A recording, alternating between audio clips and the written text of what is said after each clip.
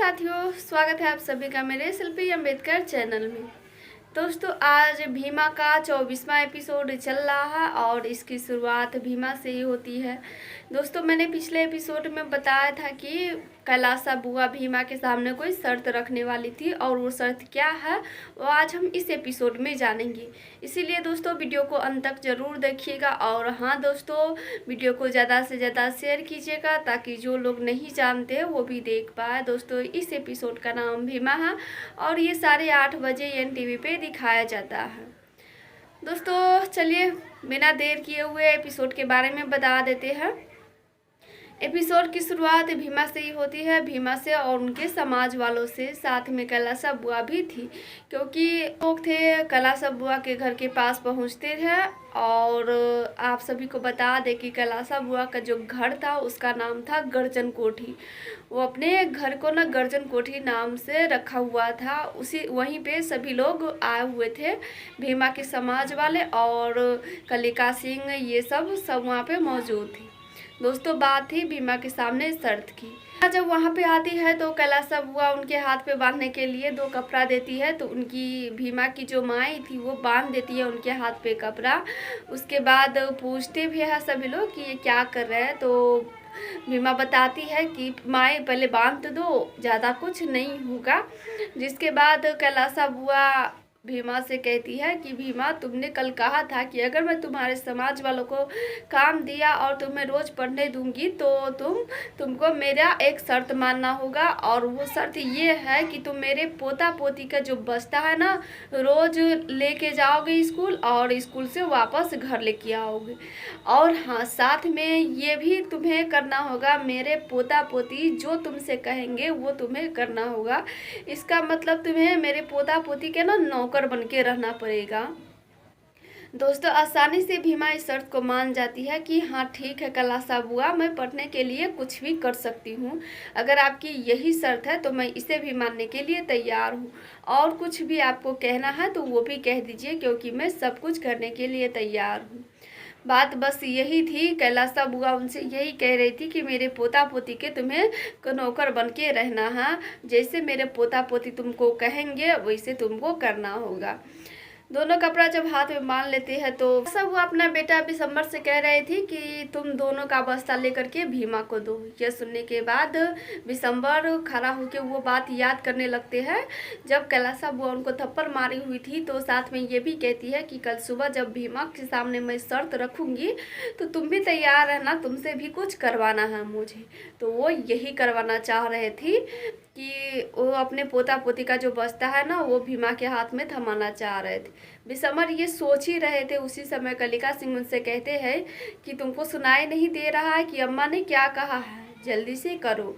जिसके बाद बिशंबर दोनों का बस्ता ले लेते हैं और भीमा के पास पहुंचते भीमा को थमा देते हैं। भीमा भी खुशी खुशी उस बस्ते को रख लेती है। लेकिन हाँ दोस्तों, ये जो भीमा के सामने शर्त रखा गया था उससे उनकी माई को बहुत ज़्यादा तकलीफ़ हो रहा था, क्योंकि वो भी जानती है कि इससे कितना ज़्यादा इनको तकलीफ़ हो रहा है, और ये तो इसे नौकर बना के ही रख दिया।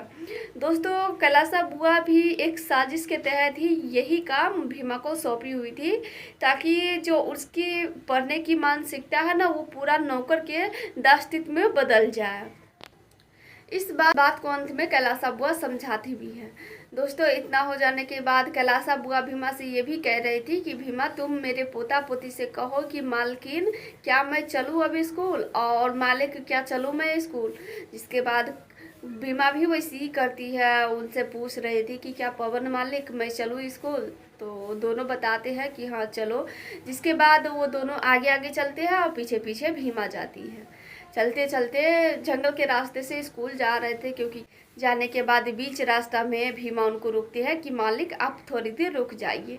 तो जो पवन थे ना वो बताते हैं कि यहाँ पे मालिक मैं हूँ, इसीलिए तुम ऑर्डर नहीं दोगे। तुम सुना नहीं मेरी अम्मा ने क्या कहा कि मैं जैसा जैसा कहूँगा वैसे तुमको करना होगा।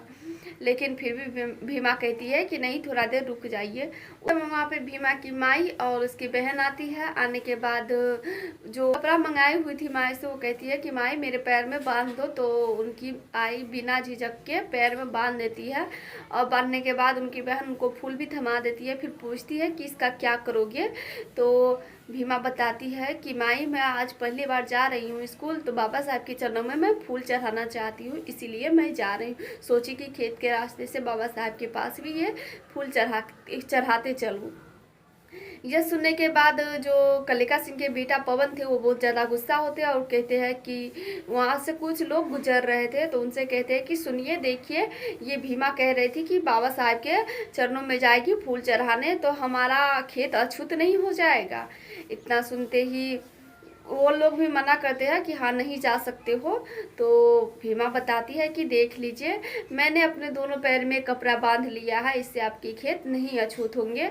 और देख लीजिए, कल्यासा बुआ ने मेरे हाथ पे भी कपड़ा बांध दिया ताकि मालिक लोगों का बस्ता अछूत न हो जाए। दोस्तों यही दूसरी तरफ सब ये सोच सोच के परेशान थे। सब कलासा बुआ से एक ही बात पूछ रहे थे कि ऐसे तो हम लोगों की हार है अम्मा, जबकि भीमा वही चाहती थी कि उसको पढ़ने दिया जाना चाहिए और आपने वही कर दिया। वो तो एक तरह से जीत ही चुकी है, क्योंकि वो बस यही चाहती थी कि किसी तरह से वो स्कूल जाए। तो आपने तो उसका काम आसान ही कर दिया, फिर क्या फ़ायदा अम्मा, उसके सामने तो हम लोग हार ही गए। जिसके बाद कलासा बुआ उन सभी को छलनी मंगवाती है और एक गिलास पानी, और इसी से उन सभी को समझाती है कि चलो छलनी से पानी निकाल के देखो क्या निकलता है। तो कलिका सिंह निकाल रहे तो तुमसे वास्तविक बात है कि छलनी से पानी कैसे निकलेगा, नहीं निकलता है। जिसके बाद इस बात को कलासा बुआ कलिका सिंह और बाकी लोगों को समझाती है कि जिस तरह से छलनी से पानी नहीं निकाला जाता है, उसी तरह से मैं भीमा का हाल कर दिया हूँ। अगर वो विद्यार्थी बन के पढ़ने जाती तो ज़रूर वो शिक्षा ग्रहण करती, लेकिन मैंने उसे नौकर बना करके स्कूल में भेजा है। उसको अपनी पढ़ाई से ज़्यादा ना इस बात को ध्यान रखना होगा कि वो मेरे पोता पोती के नौकर बन के गए हैं और वो सब चीज़ काम करने के लिए तैयार होगा। और ये जो नौकर मालिक का रिश्ता है ना, वो उनके दिमाग में भर गया है, इसीलिए वो काफ़ी शिक्षा ग्रहण नहीं कर पाएगी। और यही मेरी योजना थी। जिसके बाद कलिका सिंह और उनके साथ जितने भी परिवार थे बहुत खुश होते हैं, अपनी अम्मा के लिए ताली बजाते हैं।